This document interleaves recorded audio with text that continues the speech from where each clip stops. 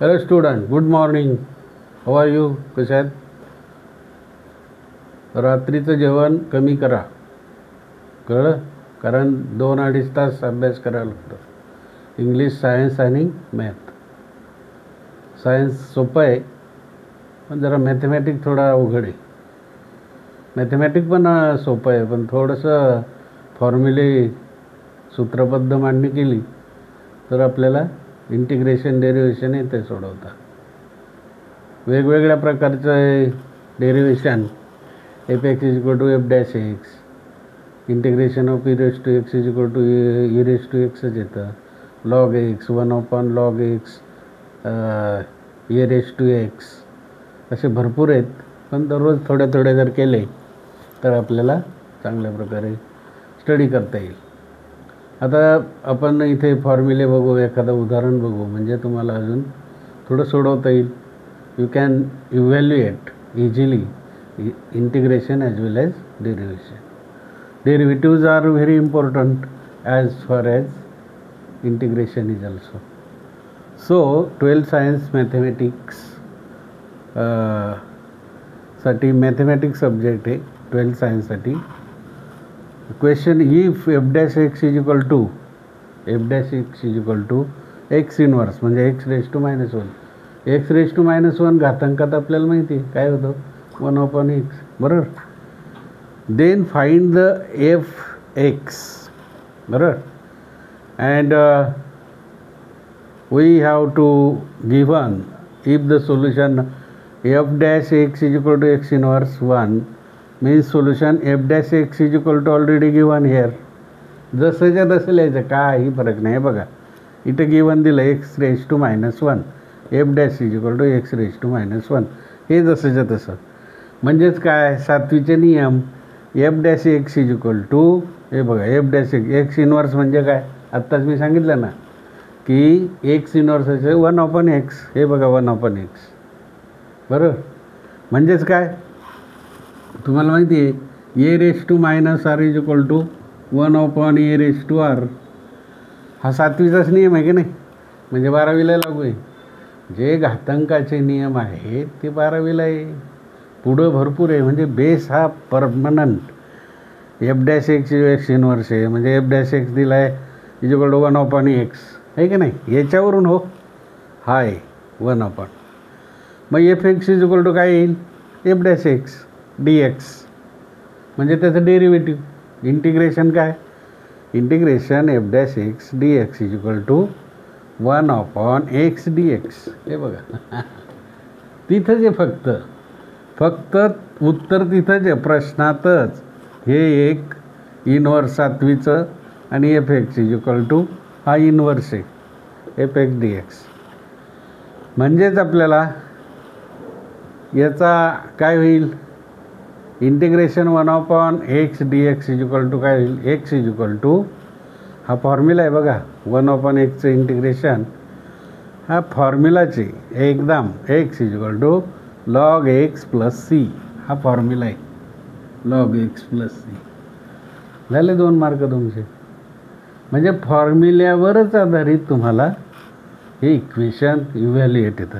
आता बघा tan x dx log of sec x mod, log of mod sec x is equal to, याचंच उत्तर minus log cos x. हे बघा sec xचं log cos x आहे, परंतु निगेटिव्ह आहे. काय आहे, निगेटिव्ह आहे, 1 मार्काला आहे. tan x dx is equal to log sec x is equal to टिंब dash dash minus log cos x. समजलं.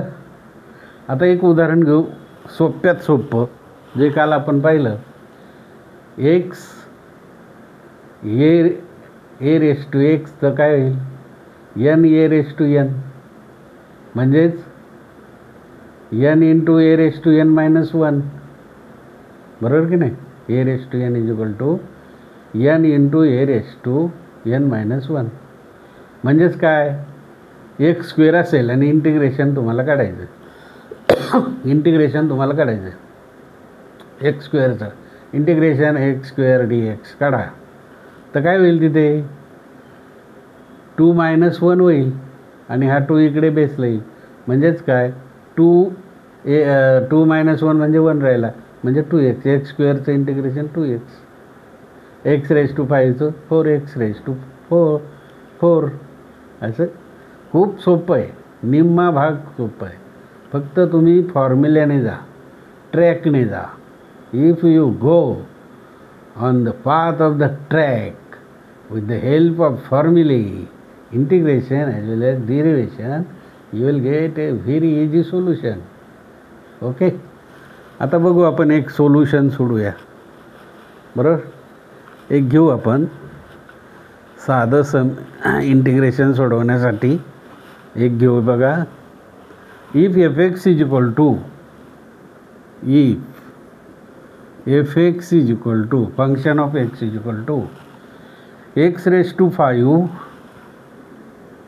x⁵5 किती आहे +2x -3.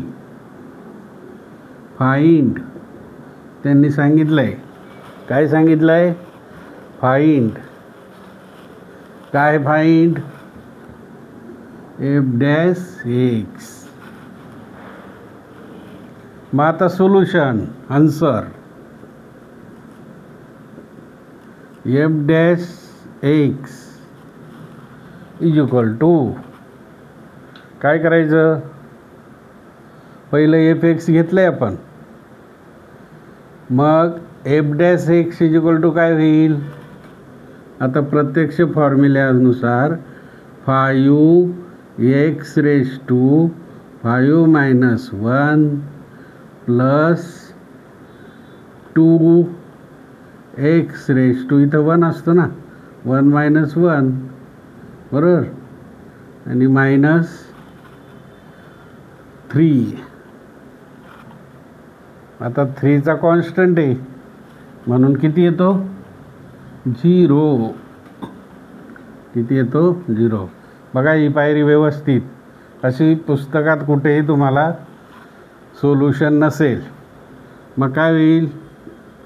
f'(x) 5x⁵, 5तून 1 गेला 4 +2x⁵0 -0 तर काय गरजच नाही.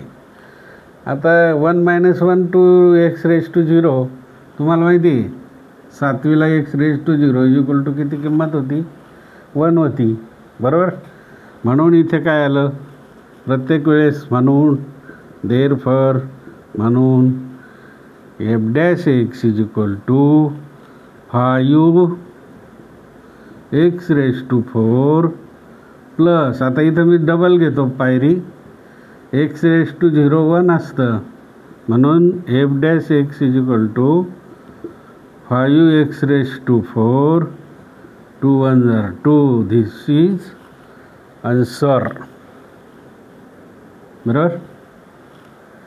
आणि मग आता त्यांनी f0 दिला तुम्हाला. काय दिला? f0. तो फाइंड करा बरं.